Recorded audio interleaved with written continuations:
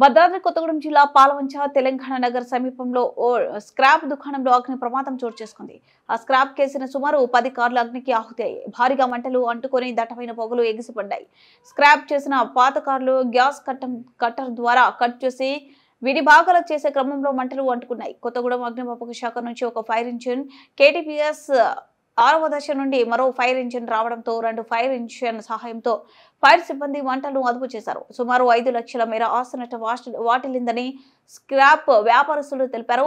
ఈ స్క్రాప్ దుకాణాలకు ఎటువంటి అనుమతులు లేకుండా పాలవంచలో విచ్చలవిడిగా నడుస్తున్నాయని తెలుస్తుంది. కనీసం ఏ ఒక్క స్క్రాప్ దుకాణానికి ఫైర్ సేఫ్టీ లేకపోవడం శోచనీయం.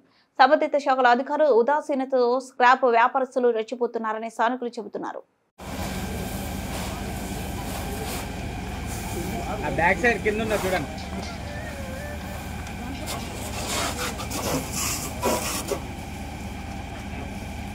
నా కింద వీలేమెట్ లోపల కింద కారు లోపల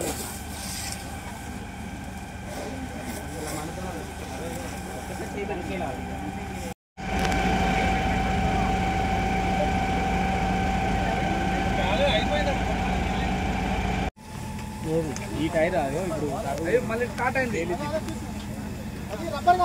నువ్వు ఒకసారి తీసుకో. ఇగో ఇది ప్రతాప్ ప్రతాప్ అవి వందకి ఒకసారి అవి మొదట్లో ఉంచుకోవటం.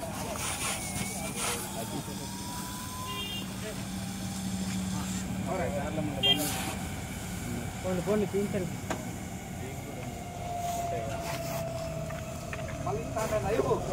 అయ్యో తొందరగా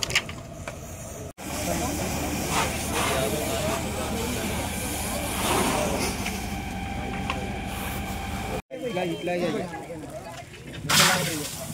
లోపల పోయి కారు లోపల పోయి కారు లోపల గట్టుకోడు లోపల పోయి ఫస్ట్ మీద కొడుతుంది కారు లోపల పోయి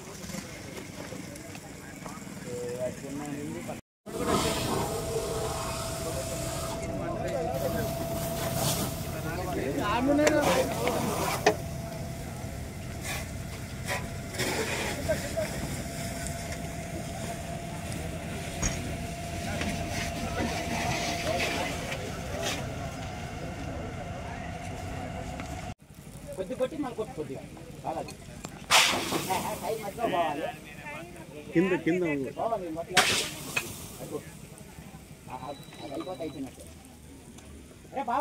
అటు సార్ అక్కడ